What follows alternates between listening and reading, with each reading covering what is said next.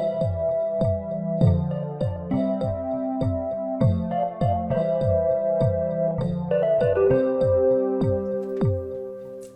everyone! Hi guys! Welcome back. So today we are going to be talking about contentment in singleness. Last time we talked about the dangers of isolation in singleness. So my question to get this started is, what has been the biggest reward for you being a single person? Good one.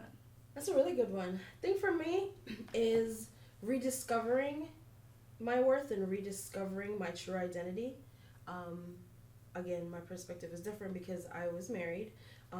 So you come from a situation where it's just so broken and you're broken, right? And then there's like this rebuilding process, but then you get through the healing and then there's like this reestablishing of you. Mm-hmm. So you get to just discover. I say all the time, like, I love myself. It's because I've rediscovered who I actually am. Like, it's like you now discover who you're actually meant to be. Mm-hmm. And then the Lord is like, okay, we're partners together. I'm going to start using you to bless others, to affect the kingdom, to, like, so then now you're doing stuff together with him.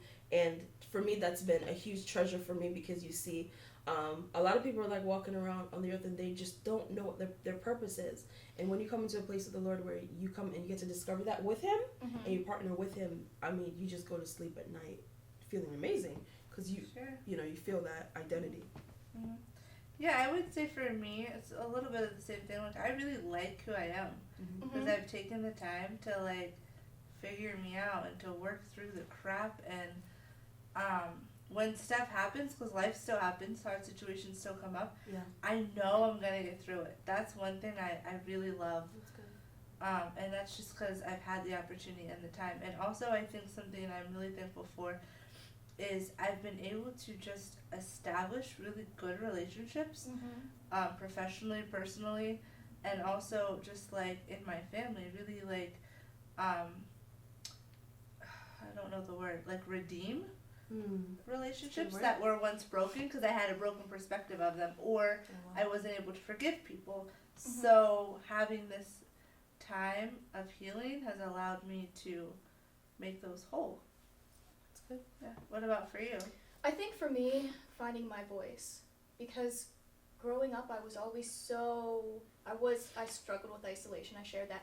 I never spoke to anyone, I never let anyone see the real side of me. I was always easily offended at things, and so I just kind of withdrew from everything, and I didn't feel like I had anything to give. I didn't have anything to bring to people. And through my period of singleness, God has shown me who I am, like you both said, and that there is a purpose that I'm here, and that he recently told me I still struggle with breaking out of my comfort zone. Like, if I'm around people, it's hard for me to interact sometimes. It's hard for me to connect. And he told me recently, you are the light. When you go into a place, you're bringing the light into that place. You're needed. Yeah. Mm-hmm. There's a reason that I'm putting you in the places that I'm putting you in. Yeah. And so, again, I just feel like I have a voice now. I want to see people succeed. I never connected with people before, so I missed out on that, on seeing growth in other people and being able to reach other people and help other people. So, I mean, I look back at who I was even just a few years ago, and I'm such a completely different person, and I just love it. Yeah. Well, let's flip it around. Like, what's your greatest struggle in maintaining contentment in your life right now as a single person? Christy can answer that first. Thanks. Biggest struggle. I think just questioning, like, how long I'm gonna be single. Not that I'm not enjoying my life. I'm definitely not sitting around twiddling my thumbs. Yeah. My schedule's packed, and I love my life and the things I'm doing and the people in my life and the friendships I have. But I think the biggest struggle is probably, like, when do I get somebody to enjoy all of this with? Yeah. I think that's probably the biggest struggle. Your turn. I think it depends on the season that I'm in. I think that God brings something up in me to make me see, a different side of it. For me, I still really struggle with the relationships. Like, I can be easily intimidated.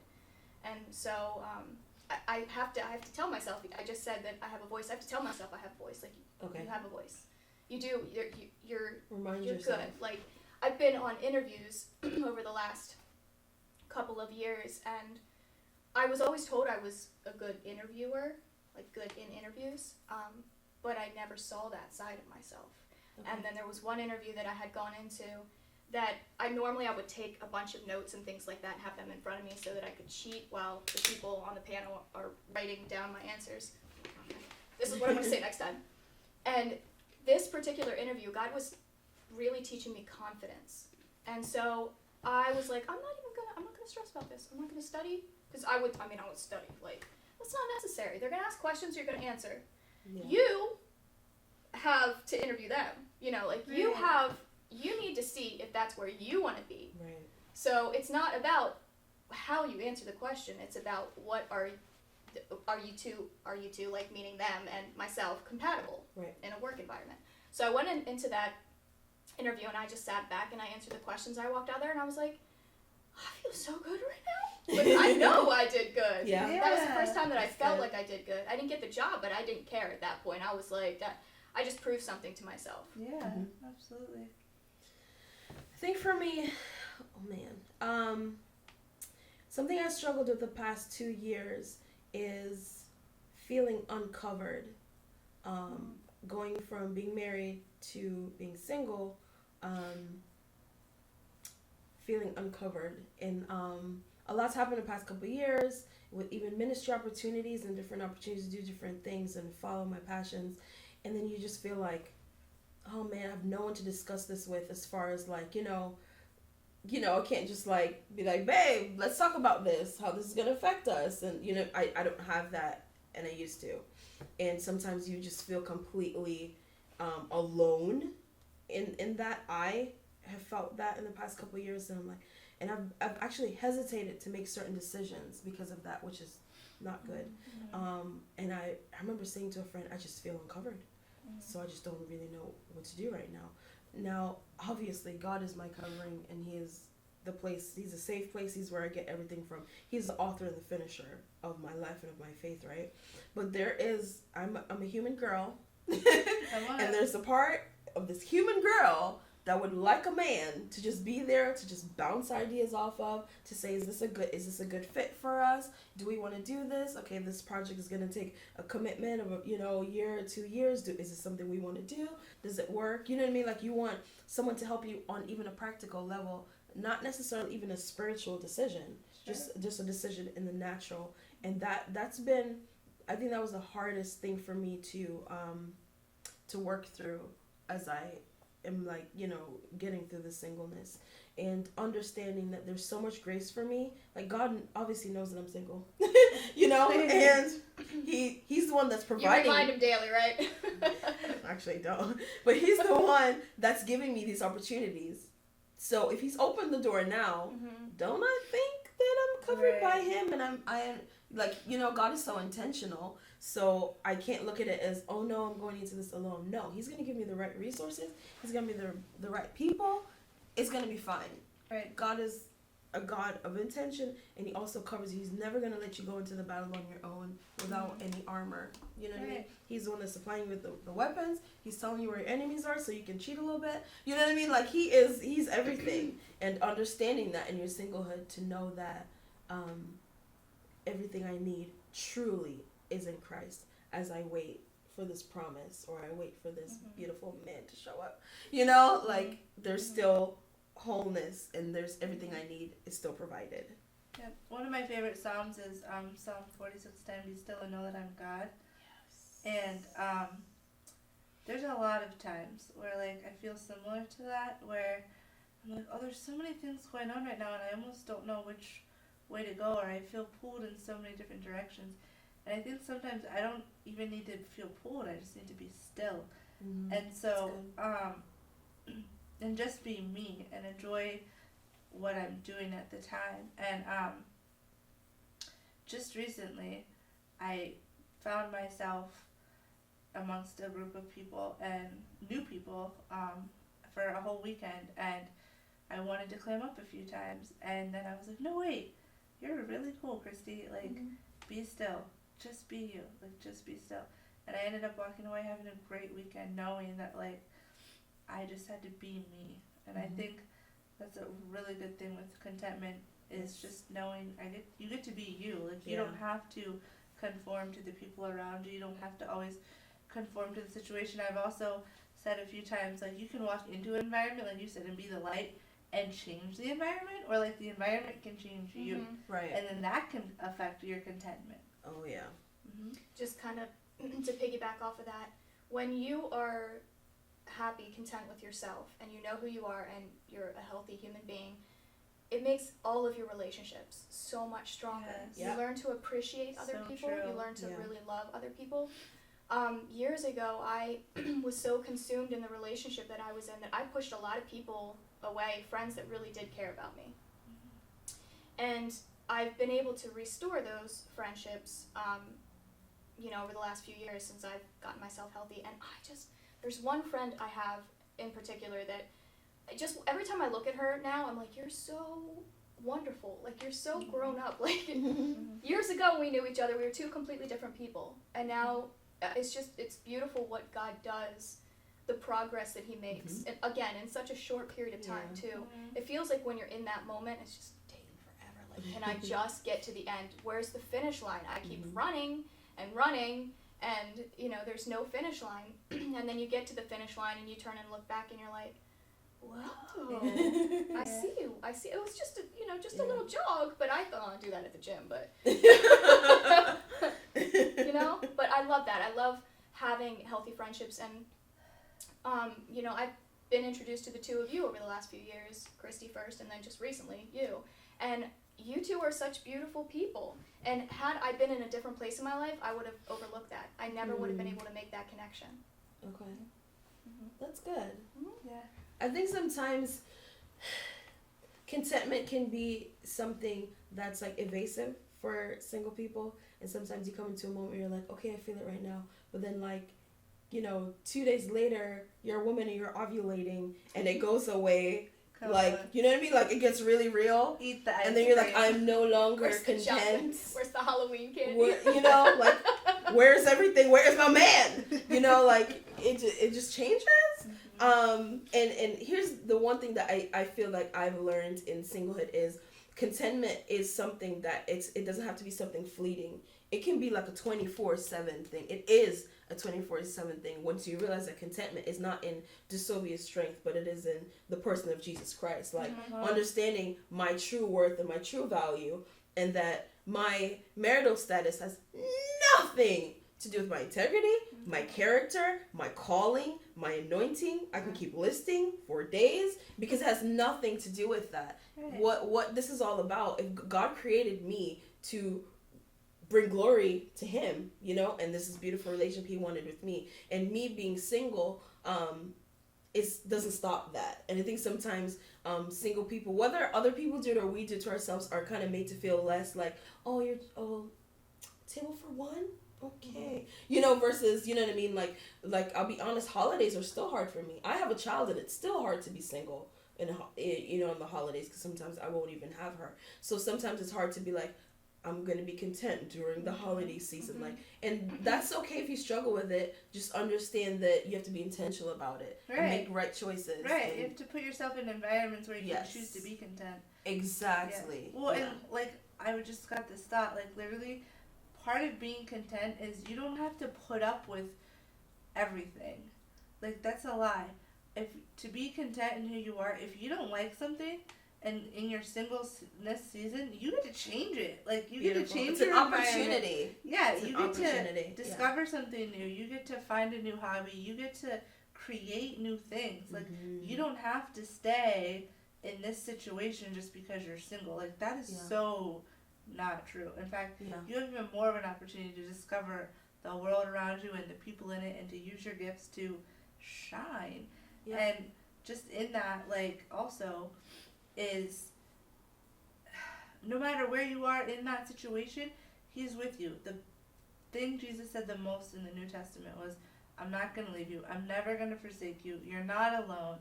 I'm always with you. Yeah. So in every part of that, he is with us. Yeah. And that's the beauty of knowing our worth and knowing who we are and knowing who He is, and then just enjoying all of it Yeah. with Him. Yeah. Like, being single does not make you disqualified. No. And I think a lot of times, like, it's easy to sit down as a single person and go, well, I'll just wait till I have a partner, and then I'll do ministry, Yeah. or then I'll do this, or then I'll do that. Mhm. You know, get out of here. Yeah. You can still travel. Yeah. You know, go with, okay, you don't have a man, go with a bunch, you shouldn't be going with him, it's probably a bad idea. Like, you know what I mean? Like, go with a bunch of girlfriends. Like, there's still, go by yourself. Like, it doesn't stop you from anything else. So No. sometimes you feel like it's like a sentence, like, dun, dun, dun, Mhm. I'm Yeah. single, you know, and I mean, not making fun because I'm living it, you know, but you can Right. still accomplish everything you were meant Mhm. to accomplish in singlehood. Right. You know, do we all want to be married and have babies and all that stuff? Absolutely, and there's beauty in that. However, being content is realizing there's so much beauty in the now, in the today. Right. And this, I always say, you all I have is this 24 hours to live before God, and that is my Right. offering that I'm gonna put up to God. What is it gonna look like? Right. You know, is it like sweet smelling perfume, or is it like funky poo poo? Do you know what I mean? Like, what is it that I'm offering up to the Lord? And all you have is this. You don't get to reflect back to the past or live in tomorrow. There is no tomorrow. Right. It does not exist. You have like today. So am I going to be intentional about my singleness and laying it before the Lord and saying, okay, Daddy, where do we go now? Yeah. What's the next adventure? Right. Rather than, okay, if I get married by 37, I won't be able to. Okay, maybe I'll have one child left. No, like, just live fully. Like what you're saying, you have the opportunity, and I like to use the word opportunity because a lot of times when you sometimes you may feel like it's a deficit. There's nothing No. missing. There's nothing broken. I'm just not married. Mhm. Right. Do you know what I mean? Like, I have great resources. I've great friends. I have great family. I honestly, yesterday I kind of did like a zoomed in look at my life, and I was like, girl, you have a good life. And that felt so good for that not to be fake, but it to be like, When you Man. had like a hand in that, like you got to decide Yes. that. yeah. You got to choose Oh, I that. could have made it go the other way Right, you real got to quick. choose that. Yeah. And it's Like, easy right. to go the other way. Oh, It's Very. easy to just Sometimes be it's like, that quick. what happened? I'm so sad. Woe is me. I'm gonna Right. play the victim. It's Yeah. easy to do that. We all have Very done that. easy. Yeah. But And it's why? tempting. Why do you want to choose to be that way? Why do you want to be negative? Why do you want to feel sad when the opposite end of the spectrum is to be proud of yourself and to grow in your relationship with God, with your family and friends? You Yeah. get to accomplish. I love that you said adventure because that's how I feel. Like I'm like, oh, what's next? Like I get so excited that I know something's coming. I don't know what it is. Yeah. It's like a present. You know, Yeah. it's like you get to a certain point, you know there's a present coming. You're like, yeah, what's it gonna be Yeah. now? Yeah. So yeah, I love that. I love that, the adventure. Yeah, and then you get to unwrap it with God, and that, Yeah. and like, don't miss out on that. Don't miss out on your opportunity with God to just sit down and be like, can I open it now? Now? He's And like, he loves that excitement. Yeah, too. He like loves that anticipation. Yeah. He's like, And, oh, it's you know, Christmas morning. Well, and, Yeah. like, and he Watch always her open my drops little present. hints along the way. yeah. Yeah. Which is really awesome. It's fun. Life is more like a treasure hunt with the Lord. Absolutely. It's a fun thing. But if we, Absolutely. get into the whole idea of, number one, unforgiveness is a big one. Unforgiveness is like the kryptonite to contentment. You can never be at peace. Unforgiveness You're right. brings, unrest. Oh, yeah. So you're never going to be able to live from that place because you're constantly dwelling on the past. I could easily list out a whole bunch of people I could be mad at right now. Yeah. And I would be justified in the eyes of the world, but to live over there means I'm not fulfilling my purpose here. No way. You're giving all your time and energy to that. Yeah. And It's exhausting. Oh my Why goodness. go there? I've It been there. requires commitment. It does. It takes it really does. does. It really Yeah, really like you're does. choosing all the time Yeah. to stay paralyzed to that. Yeah, and then sometimes a good thought comes and you're like, no, No, but Yeah. Yeah. and you go back there, it's like, Right. goodness. Let it there. Walk Sometimes away. you just gotta let the thing die. Stop feeding it. You know, and it's so hard sometimes being single, because sometimes you want another person to be like, let it die. But sometimes you gotta be like, DeSylvia, let it die. Let it rot. Don't go check on it if it's alive or not. Like, do you know what I mean? Like, you don't need, yes, absolutely. It would be so nice. It'd be so nice to have somebody else, you know, a man, you know, do that and call out things in me and encourage me and be there and partner with me. But you know what? Okay, I don't have that. So what do I do with my life? What do I do now? Yeah, I can't live in the what if. No, exactly. I can't do the what if situation, because it's a fantasy. You're always going to find something. Exactly. And your life is never going to be perfect, or the situation is never going to be ideal. So what you do is you say, okay, Lord, thank you. It's like contentment has to start at a place of gratitude. Thank you so much for creating me. And I know I don't have every single promise that you promised me. I know I don't have every single thing. However, thank you for today.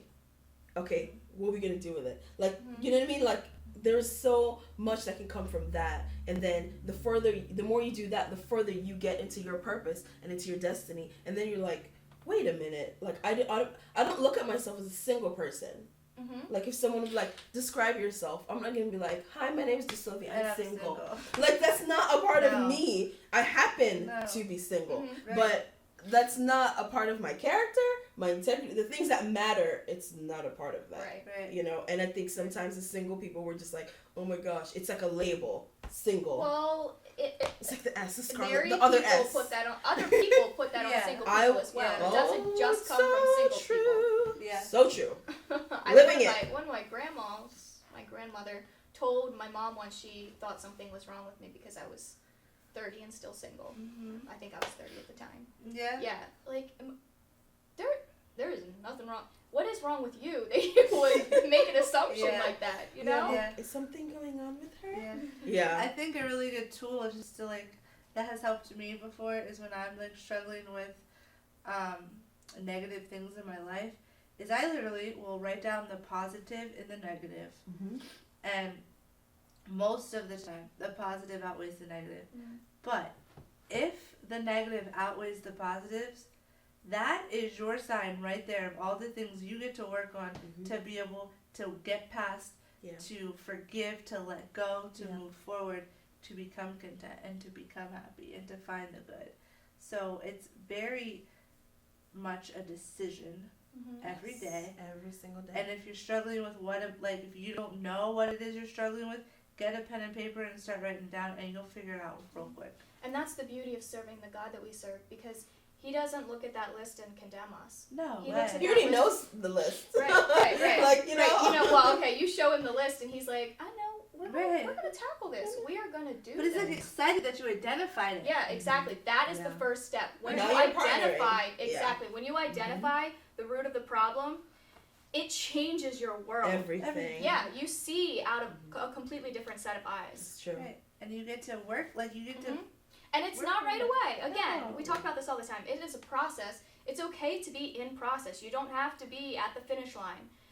There are a lot of things that, even now, there are pieces of things that just come up time and again with me. And I realized that there were some pieces of the situation that I had not dealt with fully. You know, everything is always there's always something surfacing. I love that too, because I love that. we're always working. God's always working things out of us so that we can be the whole person that He has made us to be. Yeah. And so we need to push into those things and really go after finding Him in them. Okay, you know, these are the things that I'm struggling with. I went through a time where I really did struggle with forgiveness.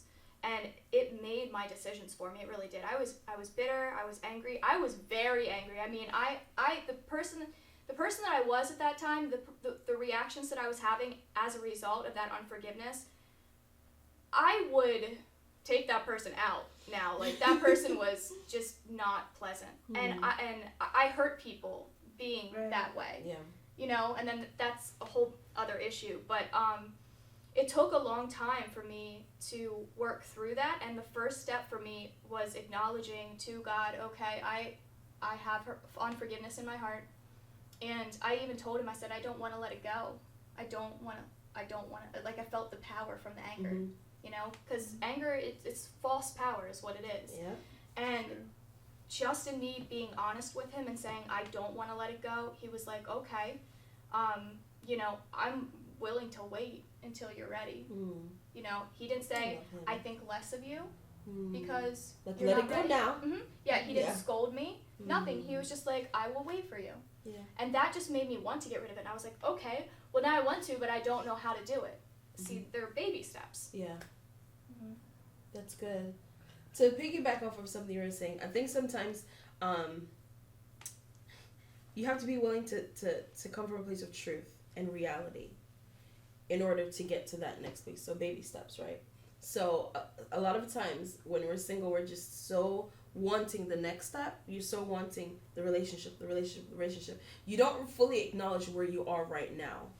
And in order to be content right now, you have to acknowledge I am single. Whether you find it fair, whether you think it makes sense, it don't make sense to me why I'm single, but it is what it is. Right. You know what I mean? You have to come from a place of reality. And if you're just constantly kind of like, oh no, but it's gonna happen, what you give your attention to becomes like your God in a way. So Certainly if you're does. constantly going in a relationship, you know, you didn't say God one time. So you living your day, your life for God actually starts to come second, third, fourth, fifth, sometimes off the board completely. Because I mean, I've known people who are just like, well, I didn't get that miracle, so I'm done with God. Completely, you know, missing the heart of God and missing the opportunity to really get to know Him. And I think one of the big dangers that single people go through when it comes to contentment is not facing the reality of I am single. Like, you know what I mean? Like, or just to make it broader, as Christians, we tend not to want to see the root of things. We want to see just the surface. we love Band-Aids. And we're like, okay, well, I'm here. Really, you're down here. I'm here, so that's where I'm going to start. I'm going to start here and work up. But you can't. Because you have to get down, under that foundation, this false foundation here, and work your way up. Yeah, and there's no shame in that. There's no shame in recognizing I'm not at the place where I thought I was. There's no shame in that. I believe when God reveals that to you, that's beauty, and there's so much grace. Like, that's a true friend. Right, and it doesn't mean you did anything wrong. It's just, it's the reality, and that's okay. Like, don't get down on yourself. It doesn't mean that you deserve to be single. It doesn't mean that you're awful person. Like, it doesn't mean any of that. And the enemy's gonna be like, oh, so that's why you see, that's why you're single. No, and you just need to ask God, like, if you're discontent in it, God, show me the beauty in this right now. Show me how to find contentment, because I'm struggling and I don't have it right now. And then be willing to hear it too. Right. Don't put God into a box. And so these are my expectations, and if you don't meet them, I'm not going to listen to you. Because He wants to reveal Himself, and those questions that you ask, He wants to give you the answer in a completely different way than what we want to see it as. Right. You have to be willing to receive the truth. Yes. Whichever way He states it, you just have, you're right, you have to be willing to. It's the only way you're going to find contentment. Yeah. And like, I love the scripture in Isaiah 55 where it's like, it talks about his ways are higher, His thoughts are higher than ours, and we have to submit to that. Yes. Especially as single people who don't usually understand what's going on, and you know, you feel like, you know, you may be missing a part of you because somebody's there. You're not missing anything. Everything you need is in Jesus Christ. Yeah. So yes, I want a husband too. I'm not saying, oh my gosh, I'm gonna marry Jesus. No, I'm not gonna marry Jesus. You know, but what I am gonna do is I'm gonna submit to Him on a daily basis. Yeah. What I am gonna do is I'm gonna listen to Him. What I'm gonna do is be honest with Him about where I really am, so I can grow and learn and grow in this thing. So this was a good talk, ladies. So we've gone through the past couple weeks isolation and singlehood. Now we're talking about what discontent can do. So we're gonna segue that into talking about sexuality. So we're gonna begin our series on that. So that can be a whole broad topic. If you guys have anything specific you want us to talk about dealing with sexuality, we're more than welcome to hear your suggestions and things. But we just hope this video was helpful to you guys. We enjoy spending time with you, so we will see you next time. Bye. Bye.